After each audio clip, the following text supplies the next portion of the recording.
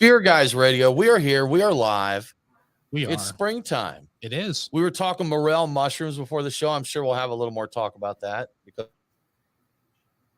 talking to Toppling Goliath Brewery this week, Brian. Mike and Clark, thanks for joining us. We're going to jump right into it here and get the show going. Hey, thank you. Do it, man. I'm Clark, everybody. I'm Mike. Thanks for having us, guys. Absolutely.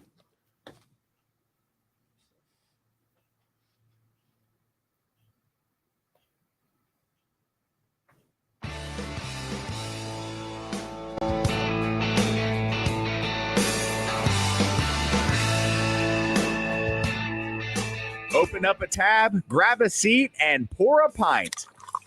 It's time for the Beer Guys Radio Show. You want free beer? Go to the brewery. Dedicated to the art, science, and enjoyment of craft beer. Yo, what's wrong with the beer we got? Now, here are your hosts, Tim Dennis and Brian Hewitt. And welcome to the Beer Guys Radio Show. We are broadcasting live from the Beer Guys Radio studios. And this week, we're talking to Toppling Goliath Brewing Company. I'm Tim Dennis, and with me, as always, is my good friend and co-host, Brian Hewitt. Hey, Tim. So joining us today, we have Clark Lewey and Mike Sabo. Sorry, that's Sabo. We even asked and clarified what the name, Brian. And I still messed it up. Gosh. So Clark is the president and founder of Toppling Goliath, and Mike is the brewmaster. Of course, that means we're going to talk about award-winning IPAs and big, thick stouts, collaborations, and, of course, KBBS. So, Clark and Mike, thanks for joining us. Oh, absolutely. We appreciate having you on. We love to talk about beer. You know what? We do too. Yeah, that's, turns out. You know, that we actually have, we've mentioned before, we have quite a racket going here. We get to drink great beers and talk to cool people. So not a bad way to go. We don't brew and we don't have to clean out a mash tun. No, we don't. So, you know, that's it. It all works out there. You don't know what you're missing there. I know. I do know. I have done it. I done don't it have to do it on the regular, but we have done it.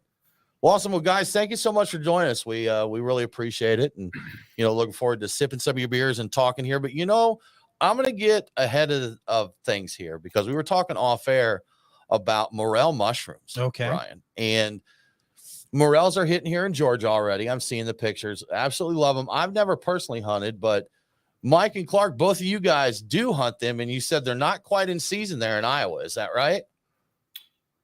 No, not quite yet. Should be coming up here in the next few weeks, but we always like having the beer fresh and ready so that we can take it out into the woods with us. Now, what's the name of the beer does it have morels in it or just inspired by morel hunting?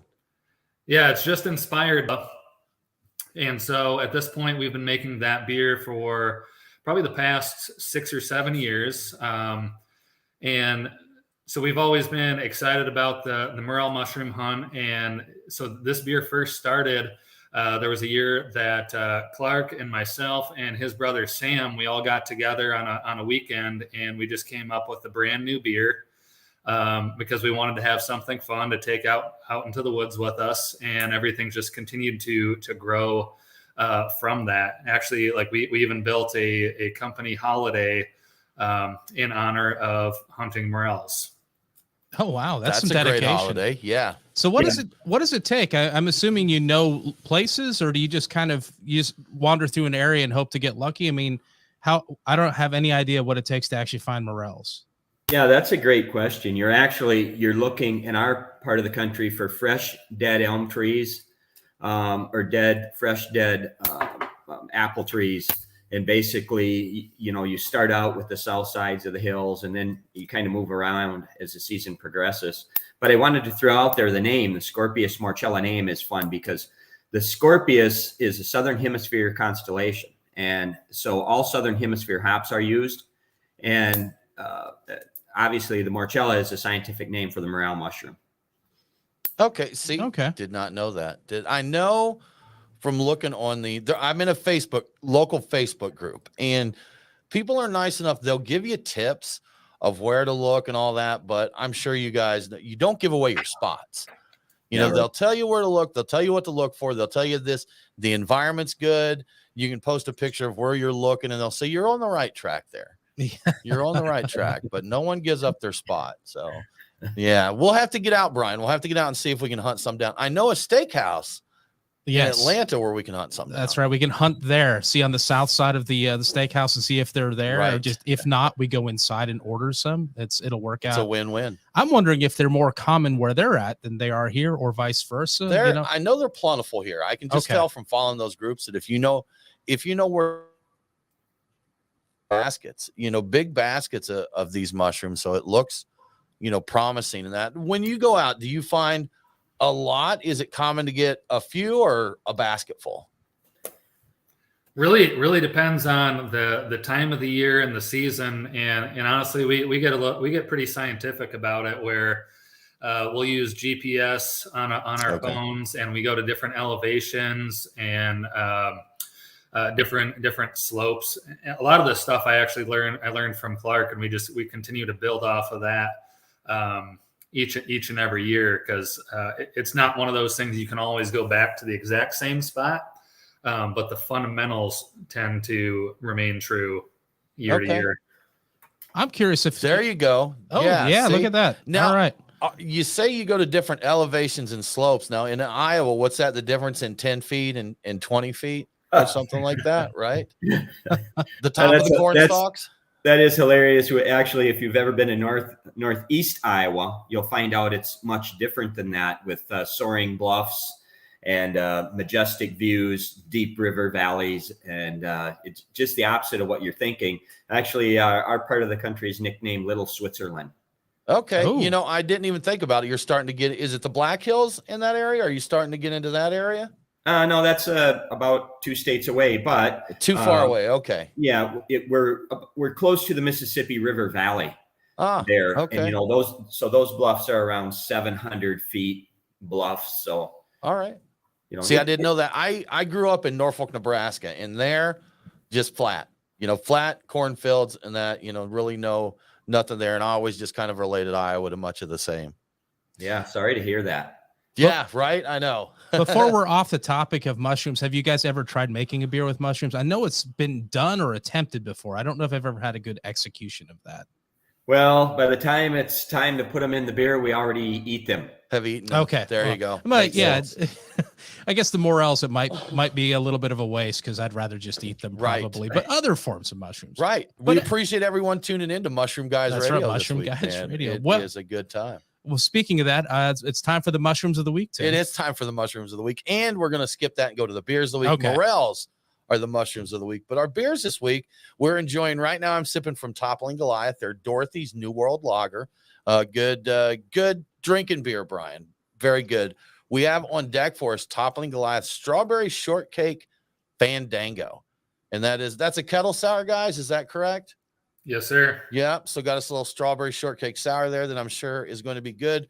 Brian, one from one of our fantastic sponsors, Iron Hill Brewery and Restaurant, Ukrainian Imperial Stout. I think it's called Resist. Yeah. Yeah. So, and proceeds do go. I know they did maybe one day, like everything went to it. And I think they said the remainder of the month, a portion, but this is to support Ukraine. Yes. In the war efforts. And then from Tactical Brewing Company, Zombie Curb Stomp, Nate, is that right? Yeah. Zombie Curb Stomp sour. So it's like a tropical sour of some variety. We start off all peaceful with Dorothy's New World Lager, and by the end, Zombie Curb Stomps. Yeah, war and zombies. All right, it's crazy. Perfect. Well, Brian, what's happening in the news? All right, so it just came out right before we got ready for this show, but it looks like oh man, did you lose it? Is it Modern Times? Modern Times, yeah, I lost it. Modern Times apparently is going into court-ordered receivership, which is a way of them avoiding potentially getting liquidated and having an opportunity to sell off the brewery instead of like having it just completely destroyed. So they just announced that like shortly before this, and I didn't have time to jot down too many notes about that. But that's, I mean, big player, and we're not talking a little unknown brewery. These guys very popular. We've seen a couple others that maybe growth at the wrong time, possibly. Yeah, absolutely. They grew at exactly the wrong time. They were opening up tap rooms in Portland, Oregon, and all over California. And, the pandemic hit and a lot of other things, contractions in sales and whatnot. And it really kind of took them out. But the big news this week, prior to that was the Brewers Association releasing their annual industry report for 2021. The headline, according to Bart Watson, is they're estimating that craft production grew by 8% in 2021, bouncing back from negative 10% in 2020, which increases overall craft beer market share from 12.2% to 13.1%. And the overall beer market grew by 1% in 2021. And so one of the big things we look at every year is the top 50. And Yuengling, Boston Beer, and Sierra Nevada took up the top 3 spots in that order, jumped into the top 10 at position number 10, pushing Deschutes down to number 11. And Athletic Brewing, their entry into the top 50 is at spot 27. Amazing. Non-alcoholic beer, Amazing 27th there, largest brewery. So we've got to know Bill Schufelt fairly well over the years. They were young when we first started talking to Bill, and we talked about that. So I dropped an email, just say hi, congratulate him on his success. And of course he's stoked, man. They're for sure. Mentions in time and making this list. Amazing stuff for a non-alcoholic brewery. Absolutely. Yeah. You are listening to the Beer Guys Radio Show. We do need to take a break, but we will be right back with more from Toppling Goliath.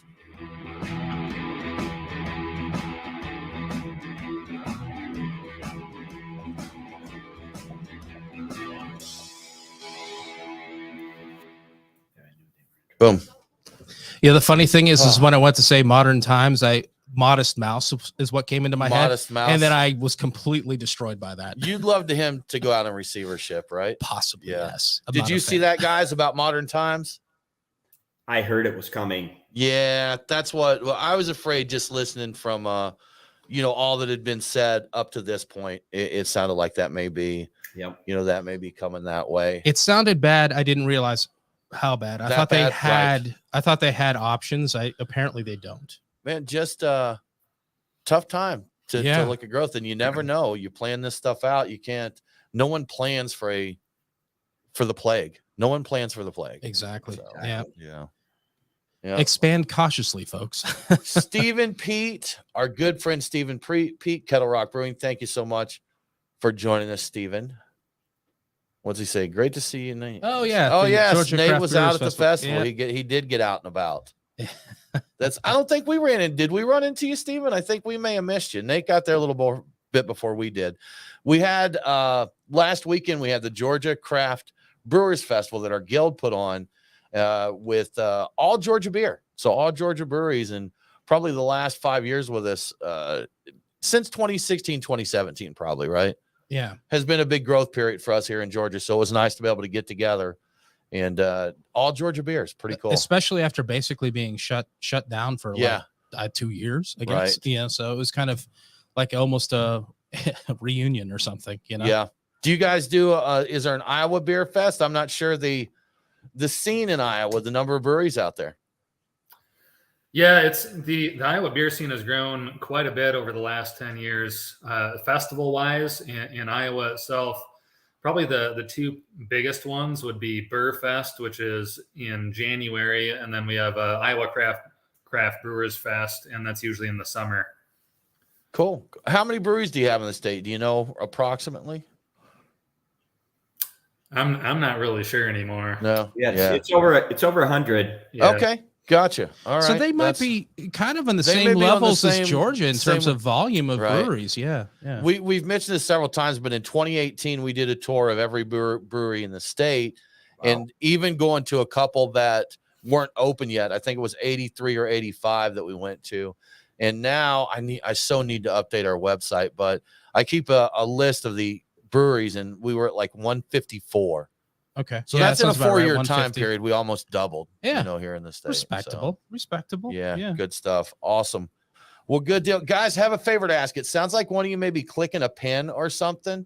If it's so if there's a sound there, it is showing up on the audio. Brian, you want that? I do that because I'm hyper. I do. I'm a clicker. I get pins that don't click, because if I had one that does click, I'll just sit there and click it. So that's got to do the bouncing knee thing. That's what my family does, and I frequently do that too. But not right now. I'm not.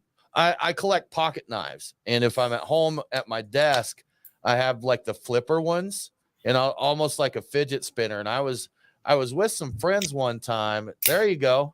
Little OTF action there. I've got a little classic Spyderco PM2 today. So I missed what the OTF was. What are you carrying there, man? Nice. Yeah, I have a Leatherman on me always, and then I've got this really nice tack knife. Really, really high quality, really lightweight. Really like it. It's a nice one. Oh yeah. Good of course, stuff. never without a Leatherman. I take that to weddings, churches, anywhere. Everything. That's Anything. yeah. You got to have. See, the PM2 is a fairly aggressive looking knife. Like I saw a meme on one of the knife clubs. There you go. Brian's got his little OTF with him. Nice. Where you can actually see it well. We're looking for back. Give him a zoom, Nate. Give him a zoom there so he can. Yeah, that's a nice substantial blade. See Well, A little tanto action. Yeah, it looks. People tuning in right now. They're like what the they're hell am I scared. Why watching? is he brandishing What are weapons they on doing this? here? Are they getting into a knife fight? Right. All I've heard is mushrooms and knives. What is That's this right. about? Well, you have to be able to cut the mushrooms off the ground, so it helps to have You a know, good they do tactical actually blade. make mushroom knives. Did they really? That's a great point. Yeah, it's good stuff. Awesome. I had no idea. Is it a They do. rake? You know, Don't they usually have like it's kind of a hook and a brush for a mushroom knife? Something I guess to get up under and get in there. Do you have mushroom knives or do you just We go don't out? know. Okay. No, Okay. we just squeeze them right at the base. All right. And pop them off. We could not take time to do that. Okay. Just get them. Yeah, I have got the tips. Like what if we do find any, Brian? I do know what to look for to get the good ones. okay. So Because if we I went find out there, any- I would eat something and be poisoned. It Just would just dead. not. It would. DED Yeah, I would be dead. just dead. Oh yeah, Brian went out looking for mushrooms. How'd it go? Oh, he's dead. Oh, R.I.P. He's dead. Yeah, exactly. All right, cool. Let's get back into it. Hey, Brian, let's skip that first question, just because we ask it a lot. Okay. All right. Yeah.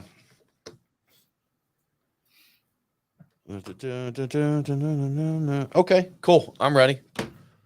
Let's do this.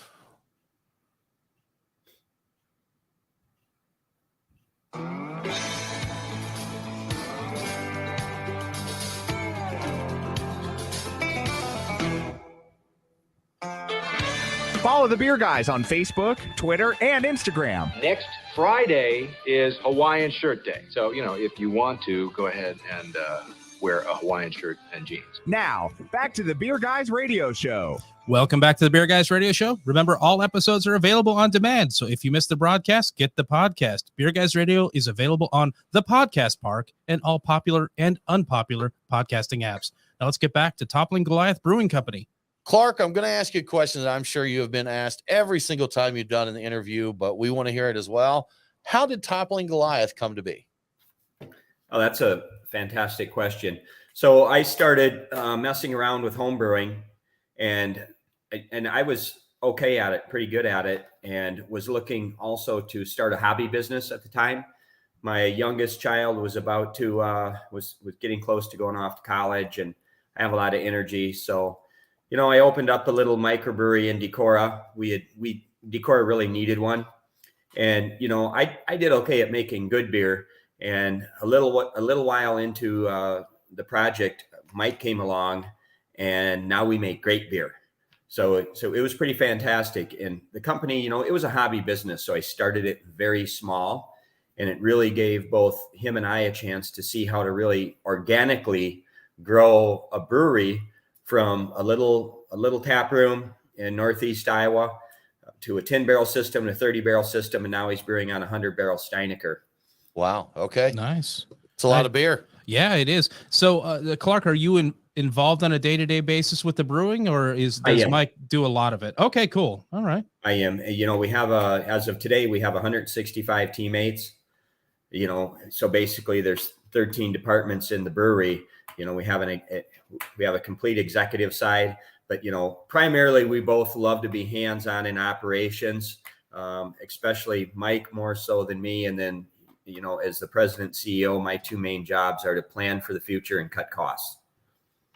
Absolutely. Yeah. For those that may not visualize what a barrel of beer is or 100 barrels of beer, 4 or 5 batches for you would exceed the annual production of some small taproom breweries. You know, that you hear a few that how many barrels you produced last year? 350, you know, 400 in that. So a good week's worth of brew there, and they're a nano brewery. Yeah, exactly. It's a week to be a nano brewery. So, you know, you guys started off pretty small, as you were saying. So when did you realize you kind of really hit it big? Like, you weren't just successful, because that success comes to a lot of people, but you hit something even beyond that success. Because I'm thinking there was a point, because I know from my past, like, I had never heard of you guys, and then suddenly I heard about you everywhere. And I don't remember when that was. Yeah, thank you. I'll start and let Mike finish, but we were starting to get some notoriety on our 10-barrel system, and Mike created a new beer, Pseudo Sue, and we are already making some great, fantastic hoppy beers, and really coming into our own. And Mike created that beer, and that just caught everyone off guard. It was so fantastic. And, you know, at the time, and still, luckily, and I hope it stays this way, the whole country developed a slobbering love affair with the Citra hop. Yeah. And it's really, he presents the hop perfectly through that beer. Yeah, I mean, so it was really, we started to introduce, say, Pseudo Sue and another one of our popular beers, Morning Delight, which is a maple and coffee Imperial Stout. We shared those with the world in 2011, but kind of the tipping point where things started to just really gravitationally pull us and have us realize that things were changing really wasn't until actually it was basically June 1st of 2013. And the reason I remember that day is that is the first release day that we did of bottles of Kentucky Brunch. So it really took several years of just a little bit of momentum building, just a little and a little bit more.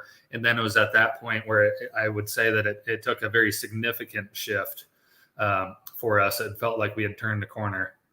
You know, we've seen that with a few breweries, and a couple things I've noticed here, which you guys did extremely well with it. I've seen brewers strike gold or strike lightning, however you want to put it. Yeah. But not follow up on it. You know, when you have that spark that really gets you noticed, and see to keep that moving forward is not always an easy thing to do. So was there anything you did after that spark to make sure you kept it moving, or just keep doing what you're doing? Really just keeping our nose to the grindstone. Because, you know, we'd already spent so many of those years feeling like we were putting something out there for people that it was a true representation of our energy and our passion, and it was starting to resonate with people. But like even once it did catch on, to change and do less with any of those things just wouldn't have been natural for us. So we just stayed our own course and just cared more and more about honing our craft and perfecting our beer with every subsequent batch, everything we could possibly do. You know, I don't think I've had Morning Delight or KBBS yet. Have you had either of those, Brian? I think I had Morning Delight. Okay. KBBS is a little hard to come by. We were down at Hunapoo's Day a few years ago, and I believe I don't remember which one it was you were pouring there, but there was a line 1,400 people long to get it, and I believe it was gone before I got the chance to get there. But you know, there's definitely, when you have people just lining up just to get a taste of your beer, it's a pretty cool thing, right? Yeah. It is. And I mean, so before we even got into brewing ourselves professionally, we were the people that were in those lines as well. Yeah. Right. And so we still resonate with those people. And so when we see people in those lines, yes, we do tend to have long lines for some of our special beers, but we try to facilitate those lines as quickly as we can. And we also like to have fun in the line where we'll pull out special bottles. So while people are waiting in line for our beer, we like to pour them special bottles while they wait. Line beers. I knew Brian was gonna. Brian loves the talking line about beer. line beers. People got to do it. And my thought was, and I like what you're doing a lot. I mean, that's preferable to my thought. My thought is there'd be somebody that walks up and down the line, and if you give them a quick $5, they give you their drinking beer while you're in line waiting for that special beer. That's Brian what you has need. a lot of thoughts on beer. And as we were stuck in Atlanta traffic this weekend, he had the idea of the traffic beer, not one of his best. But, you know, he's like, you're stuck. You're not going anywhere. If you got to sit here, you might as well have a traffic beer. I was like, we're not really moving. The fact that it's totally illegal doesn't, you know, well, whatever. You know, we're just spitballing here. It's just not necessarily spitballing. legal. We're just thinking out loud, So I think and that might have been, we may have been there when you did a collaboration with Cigar City, didn't you? Or maybe several? Is that right? Or am I misremembering something? We did a group collaboration with them at one of the Huna days. You know, it was a lot of us breweries were involved. I did try that one. I had a brewer buddy. Scott Hadeen shared that one with us. That's right. It's the label had like all the brewery names on it wrapped around with it. Yeah. So we did get to try that one. Brian. Yeah. I don't actually remember what kind of beer it was, but I do remember that. Fun. Yeah. Scott just broke it out one time when we were at. It's like, oh, hey guys, you want to try this? Yeah. Now, guys, we were talking about growth and being successful. Really excellent awards recently. U.S. Beer Open, you were the Grand National Champions in 2021. Is that correct? It is. Yep.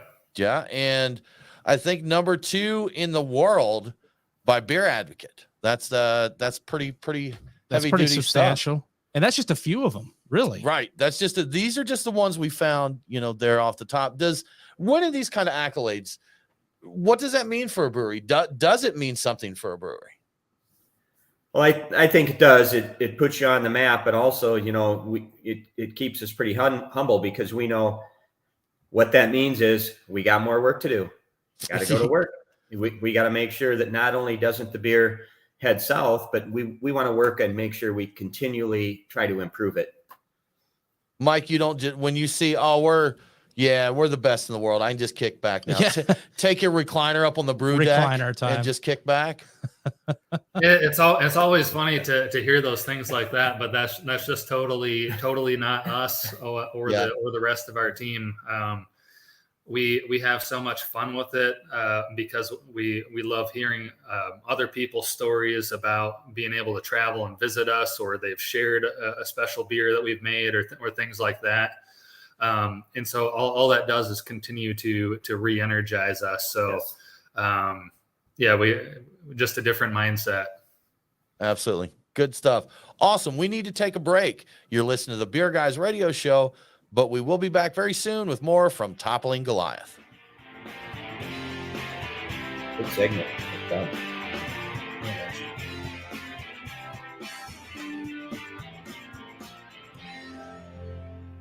Do we want any lion's mane for tonight? Yes, I'll another take mushroom. Some. Yeah. If we're placing orders, man, let me go ahead and get in there. You know, I tried since I haven't got out hunting. I got one of those little put it in your windowsill things. It says supposed to have, I think it's oyster mushrooms in 2 weeks. I got nothing. It's 3 weeks old. I got nothing. My wife got one of those and she was supposed to be good. It was supposed to be good for 2 batches. She got one to grow and then nothing happened the next time. But that was pretty cool. Like having a fake log just covered in mushrooms. I love mushrooms. I used to go out for hikes, if I ever saw one, no matter what it was, especially I love the colorful ones, I always got a picture of them. Because I think that's the coolest thing. Yeah. You know, I never harvested any. God, I've never put them in my mouth because I have no idea what any of them really are. Cool and pretty to look at. Oh, deadly. Are those the ones you don't want to eat? Yes. Yeah. But I love them. I think they're great. I saw one grown out of the side of a tree. I think I have a picture of me crouched down next to it. It's nearly as big as I am. Looks like a giant clamshell or something like that, or a bunch of, I'd have to look at the picture again. It's huge and I'd never seen anything quite like it. So I had to get in the picture with it, like a Brian for scale, if you will. Brian for scale.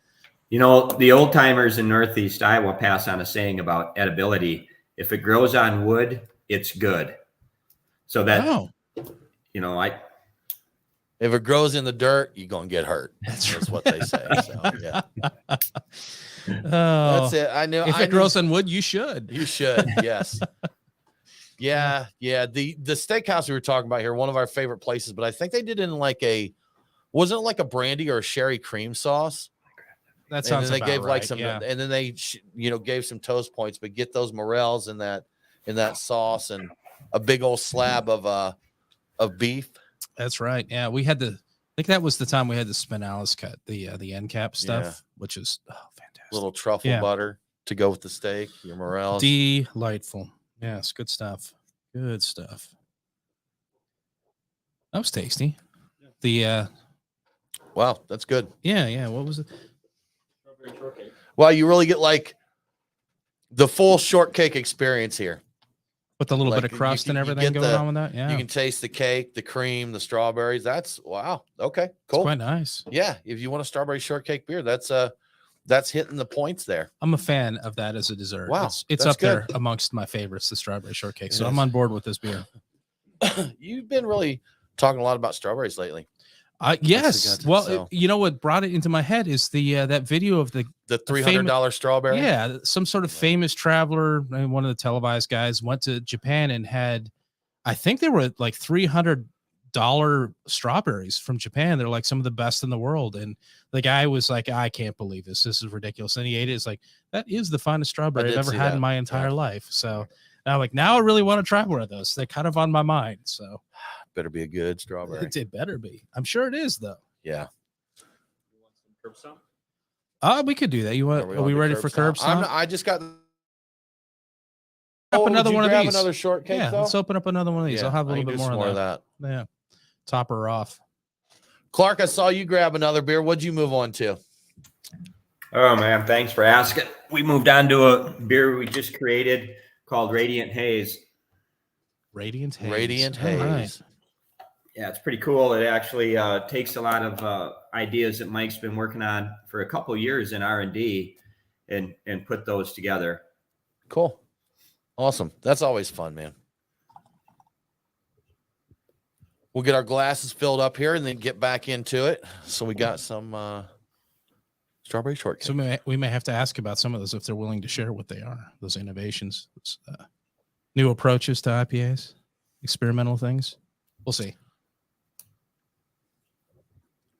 Wow, that's really good. That's tasty. Yeah, guys, that really pops. I enjoy that one a lot. Definitely do. Yep. All right. We ready for the next one? I think just about. Yep. Good. I think they're strategizing right now. Oh, a second there. Little sidebar. I think there was a sidebar. Little sidebar. Yeah. Yep. Got it. Cool. All right, guys, ready to get back into it? Absolutely. Better believe Here we go. Let's do it.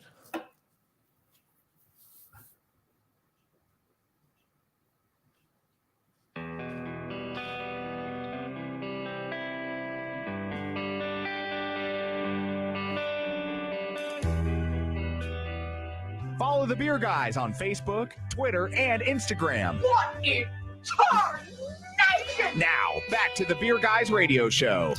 Welcome back to the Beer Guys Radio Show. I want to give a quick shout out to one of our great radio affiliates, KQAM, the Big Talker, 1480 AM and 102.5 FM in Wichita, Kansas.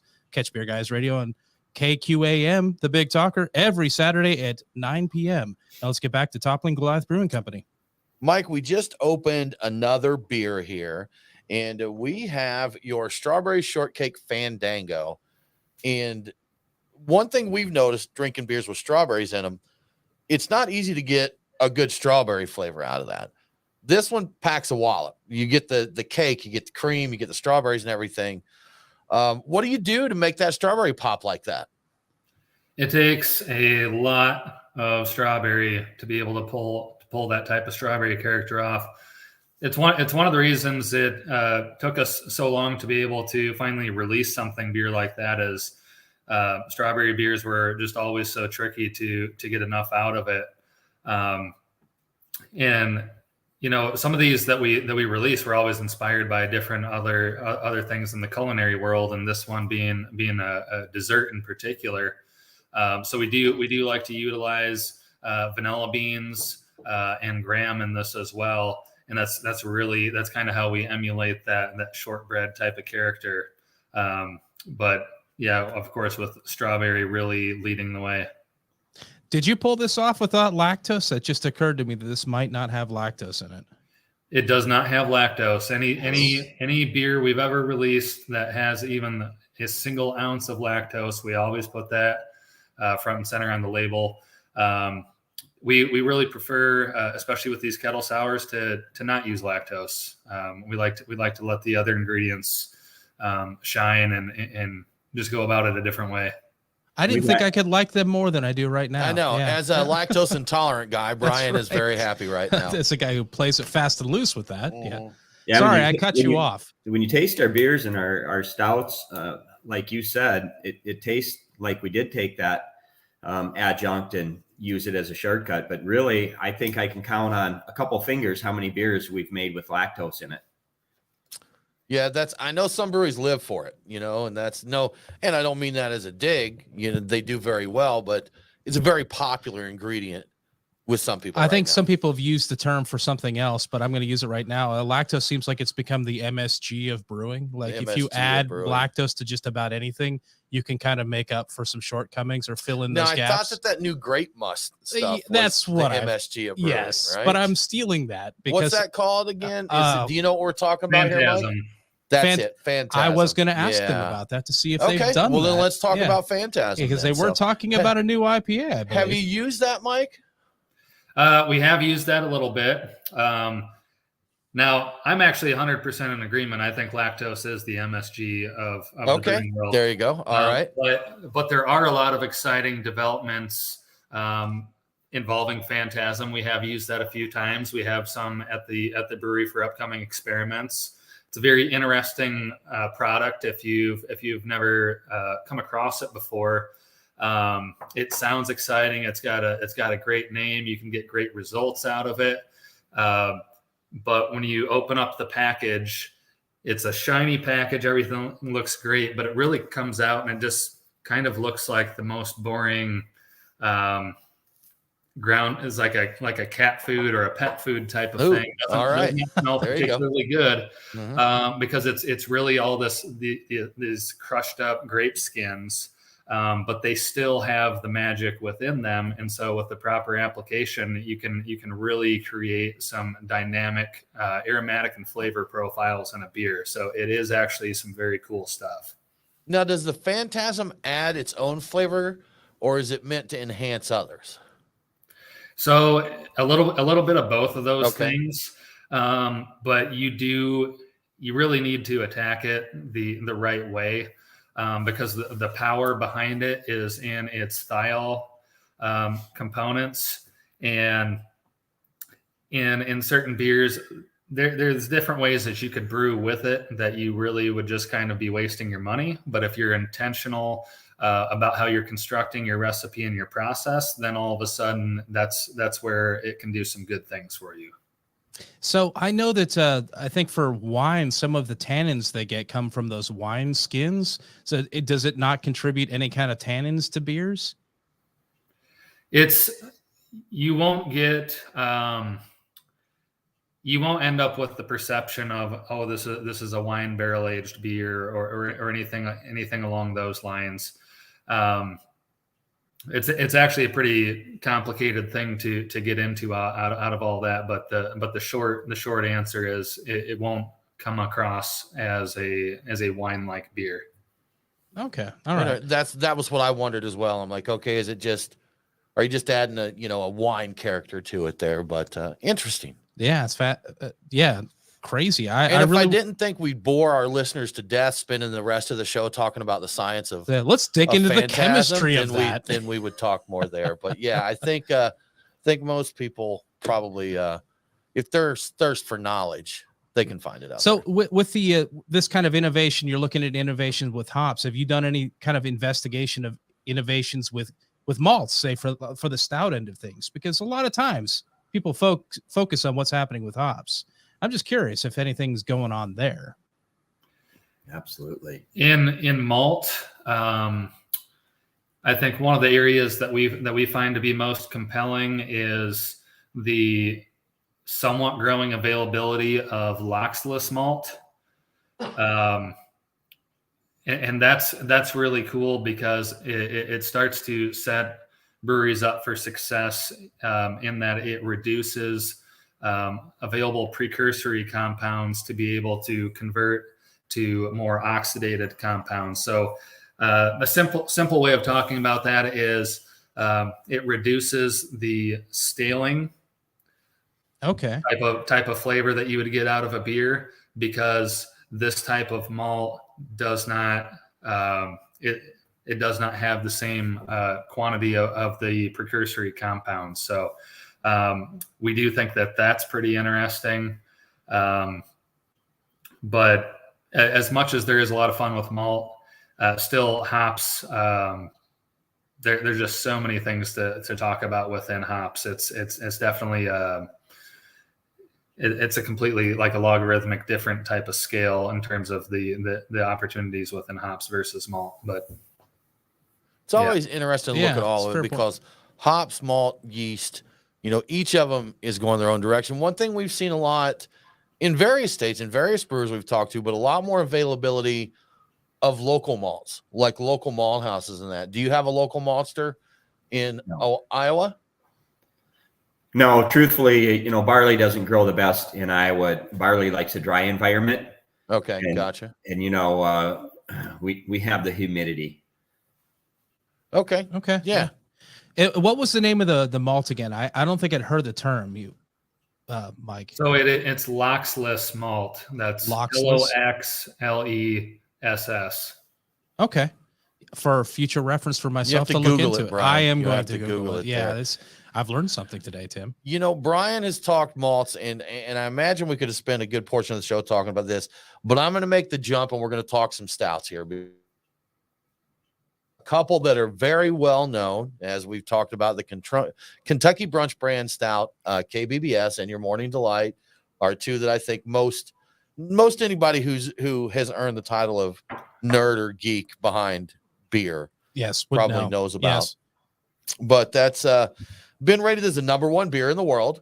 You know what? See, Nate tells me right as I get into this, we're going to touch the surface right now, Mike, and then we'll dive in more as we get into teaser, it an there. aperitif. But what do you do? Where do you start going after a big beer like this? Where do you start with your process? So for a huge beer like this, the beginning is always at the end. So you need to think of what you want to put out in front of people, the experience you want to provide them, and you reverse engineer based off of that. That makes sense, which is a good philosophy for many things. See what your goal is, and then go, back into kind of map the steps to it from that point to where you're at, I guess. Yeah, it makes a lot of sense. Yeah, have the goal in mind. Well, you know what? We've pushed it right up to the wall here in this segment. We're going to come back and we're going to dive into these stouts a little bit more. So you're listening to the Beer Guys Radio Show, and we will be right back with more from Toppling Goliath.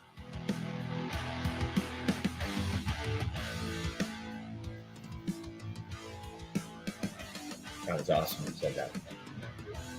Think about how many things we've done together by going to the end and walking it. That's why is at the end. I was gonna say I prefer to do that with exercising. I'll just do the portion at the end where I kick back. Think and focus on that, study that intently, and then think about the steps between where I'm at now. My day job, we currently have a wellness challenge, and it's like your physical activity, your steps, and hydration. And we were just joking today in a team meeting, and they got talking about like the Amazon Echoes. I've got the hue lighting where you can control it by voice, and I joked my internet went out, and I had to walk and actually flip lights off by hand by a light switch. And one of my team members is like, "You can count that. That's activity. That's activity." Did you put a sweatband on before you did that? That's my full question. Workout gear. Yes, tracksuit. Had physical playing in the background.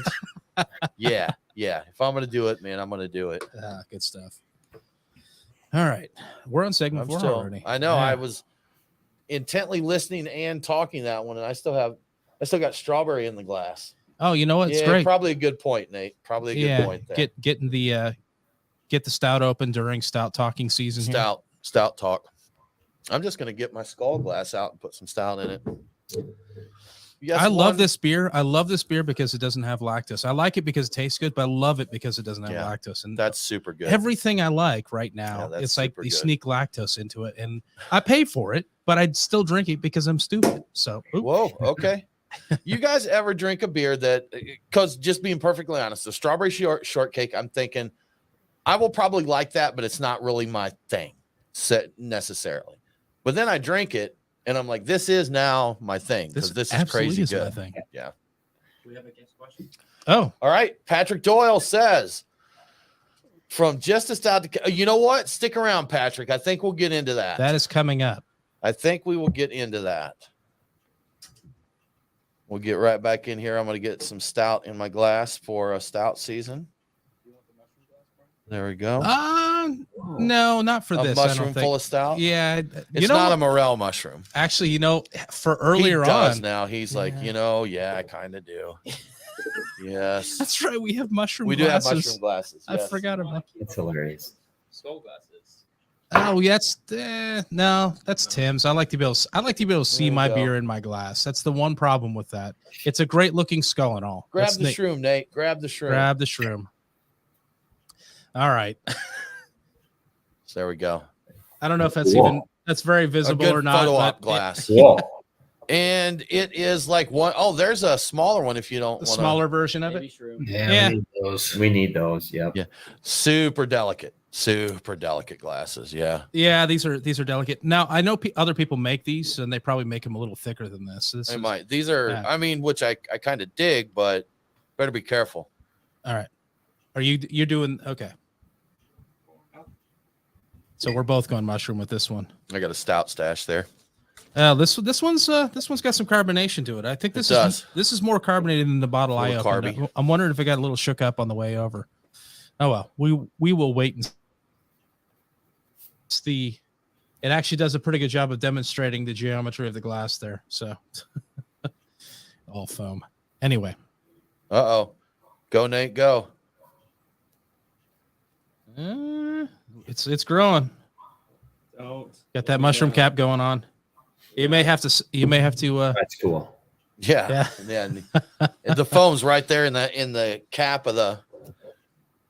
Yeah, imagine I was drinking take a picture and I can't because I left my phone at home. Yeah, imagine drinking that Scorpius Morcella out of one of these. All right. Oh, great idea. See, there you go. Okay. All right. Nate, let's do it. Let's give. Is it this segment 4, right? This is 4. Yeah, okay. We're wrapping things up. You know what? We need to talk some about the causes that we mentioned because we didn't. Yeah. We talked on other stuff, and we always do this. We'll just get to going on topics, and we have half a dozen things on the page at the end that we haven't. Well, we could do the KBBS since we talked about that. Yeah, we've already set that up. Let's do that. Yeah. Oh, and Assassin. That's right. I forgot about Assassin as well. So. Cool. When you get the show started back up, put Patrick's question on the screen again, just so I can reference it, please.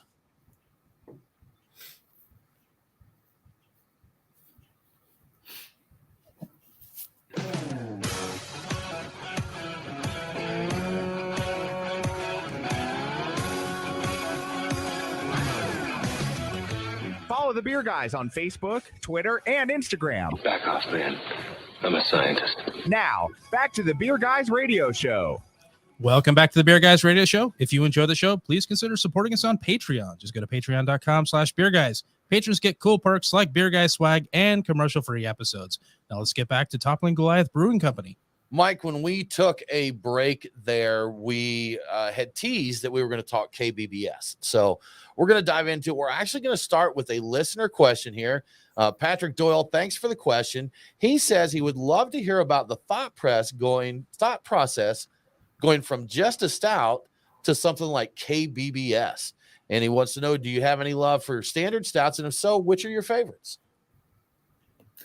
Yeah, we definitely still have love for standard stouts. I mean, you want to hop in on that part first?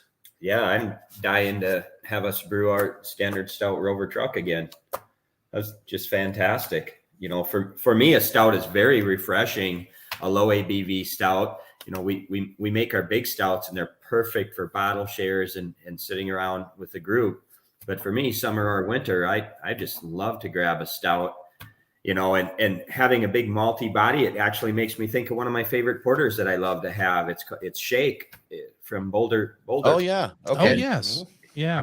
Now I'm thirsty for one right now. I actually had a stout today we're making a beer in Ozark, an Ozark Beer Company, and I had their Onyx Coffee Stout, really nice, just under 6%, super refreshing, got that nice coffee flavor, really roasty and rich. Love it. That's Clark. You mentioned where it's at Ozark Brewing Company. You just did your collaboration with, correct? Yes, Ozark Beer Company. Ozark Beer Company. We talked to Fossil Cove Brewing over there in Arkansas a month ago, maybe.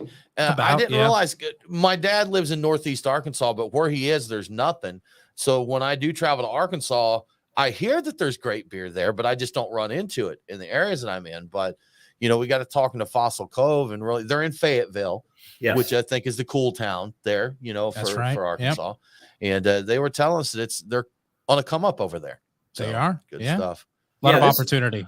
It's a good beer scene over here. We're in Northwest Arkansas also. There's a good beer scene. Good stuff, man. I'll have to venture out a little bit when I go over to see my dad again, see what's out there. So Mike, back to you on that, on kind of transitioning. How do you decide to go full bore with something like KBBS or Assassin or something like that? Yeah. So for those beers, it's really a lengthy process. And we have our panel of barrel tasters that join in on this entire process with us. And so an easy way to talk about it would be, we brew more into the light, which that is our non-barrel aged version in a way. And we'll fill up some barrels that we intend to become a component of Kentucky Brunch. But even that said, while the base for Kentucky Brunch can have the same type of grain or ingredient recipe, processes are tweaked in accordance with what we want to have come out at the end of the day, at the end of 18 to 24 months out of barrels. And we'll end up filling quite a few barrels that they just won't necessarily make the cut. Now, you know, we have basically in the neighborhood of 700 barrels of beer that's aging in our barrel room. We sample every single one of those multiple times. Everybody in our barrel panel samples all those multiple times. And out of that, we start to shake hands with those barrels and determine when they're ready, a little bit closer to maturity, or when they are, then we start to mindfully blend those together, and we start to tank some of those things. And then we really start to focus in on component and percentage blends. And that's really how we tie some of those beers together. So, you know, there's always a question, well, how much Kentucky Brunch do you make every year? Do you make it every year? All those things. Nowadays, we do release it every year, but the volume is still to this day variable. We have a good idea of what we're going to be able to put out, but that volume is always inherently going to flow up or down a little bit, just depending on what those barrels are saying to us. So it's very much a distiller's selection approach. Okay. And that's how we tie together Kentucky Brunch. And that's how we start to put together some of our other things. We have to mindfully blend those barrels together based off of the results we want to achieve. So I think you answered the question already, but so you're not just brewing one stout, you're actually brewing a variety of different stouts to achieve that end goal, to get that. Because a lot of times a brewery will brew a stout and they'll put it in a bunch of different barrels, and maybe they'll blend them or maybe they won't, but it's that same recipe. You're tweaking the recipe though. So it's not even the same stout in all the barrels going towards that final product, correct? Yeah, it's lineages. So you could think about it as the trunk of a tree could be basically the majority of the grains that have similarities in a bunch of different stouts that we do. Now, that said, we do change some of those, so that's where it starts to branch off a little bit. But then there's also different branches that have to do with process. And the process starts to get into bitterness components, really anything and everything that you could imagine when it has to do with brewing it. First runnings, second runnings, all those important variables. That's where we start to tie those things together. We send those off on their way. And once they start to reach maturity and they have some of the components we're looking for, then that's when we start to tie everything back together. Do you employ the same kind of blending process that you're doing here to all of your other stouts, or is this process really reserved for this one, kind of holy grail of beer? It's all of our stouts. It's Okay. all of them.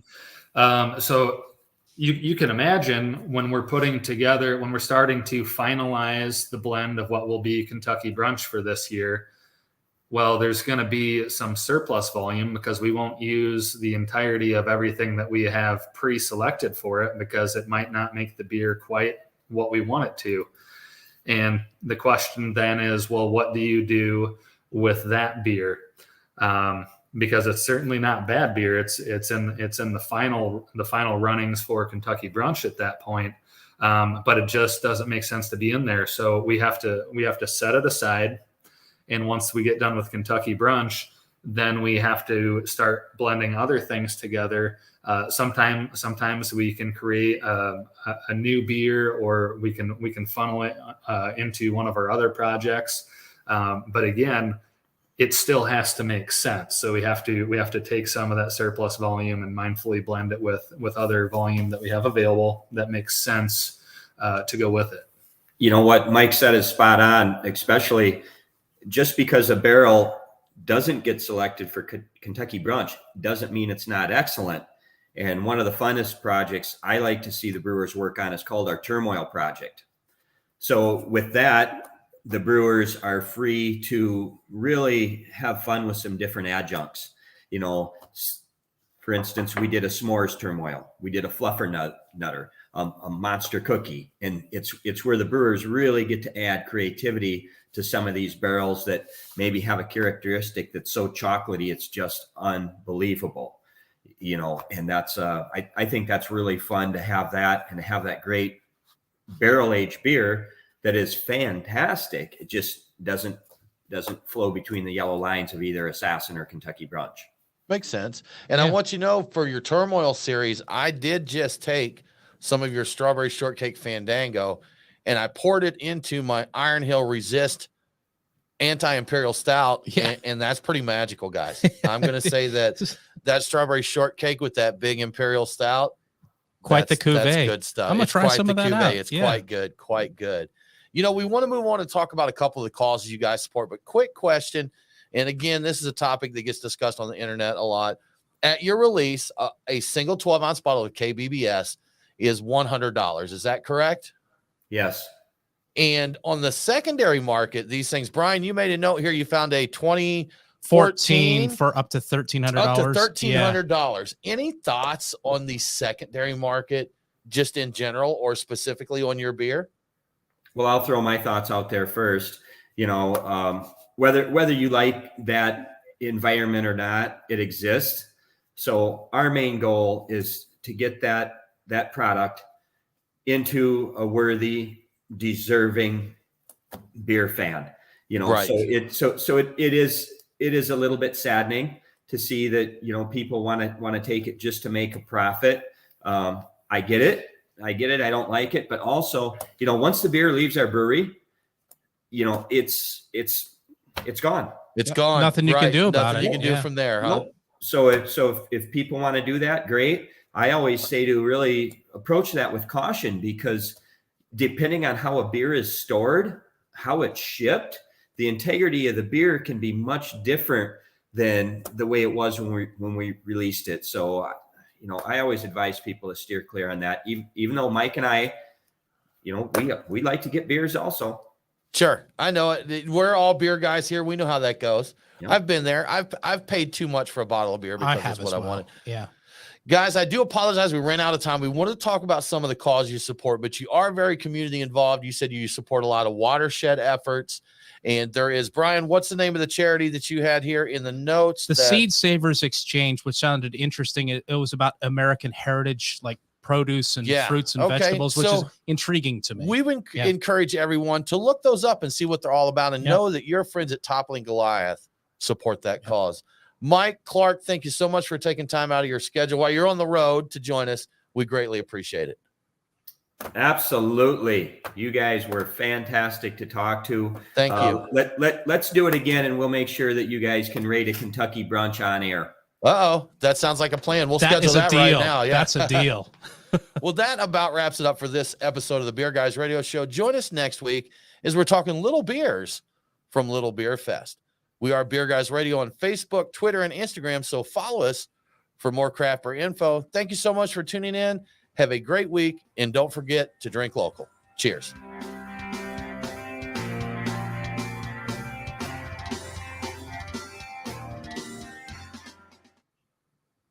Clear? It occurred to me when they're talking about having 700 barrels that they ought to, and maybe they've done this and they've thought about this. Bourbon companies do barrel picks. I'm wondering if anybody's gone into their A stout barrel tasting pick. of their barrels. Yeah. Have you done this? Have you had people come in and like, get a taste of this barrel? Would you be interested in buying the entire, like a limited release supply of Toppling Goliath? Yeah, You know, you can come in our barrel room, but you'll never be heard of again. Okay. That's it. You're gone. You're gone, Brian. See you, Hewitt. Good stuff. Awesome. Yes. Patrick, absolutely, man. Oh, yeah, thanks for the thanks. question. Thank we you. appreciate it. Mike and Clark, thanks for the response there. I love just learning kind of, behind the story, behind the scenes, behind the label, you'll say. And that's, That's I was awesome. thinking, I like that. yeah, it's always interesting. There's always a story there. I meant to make a note of it, but Toppling Goliath is I kind of reference to David and Goliath. Was that the idea there with the name? I don't know if I've seen anybody taking down ask Big Beer. Taking down Big Beer. Which are we on the track here? That's great. So what it really is, I started Toppling Goliath Incorporated in 2001, and it was a marketing and consulting company that just didn't get the traction I wanted, but I kept the name. And it really, it means overcoming perceived obstacles. So Okay. when we got rocking, when I started the brewery, since I already had that name, I thought, you know what? People are going to dig this name. They're going to think that we're poking at the bigs. Just See, like you said. yeah. There you go. It really means overcoming perceived obstacles. So. Okay. See, so many meanings there. Intended meaning is even more satisfying than the It assumed is. meaning. Yeah. So that's good. Guys, could you hang on just a second? I'm going to sign off online here. We'll talk with you a little bit off air, give you some info. Y'all that have joined us for the live stream, we thank you so much. Thanks for your questions and for chatting with us. We are not going to be live next week because we're going to be out this weekend recording the show at a beer festival. Yep. So we won't be here next Wednesday, but we will be back the next Wednesday. So we'll see you then. Hope y'all have a good one. Thanks for tuning in.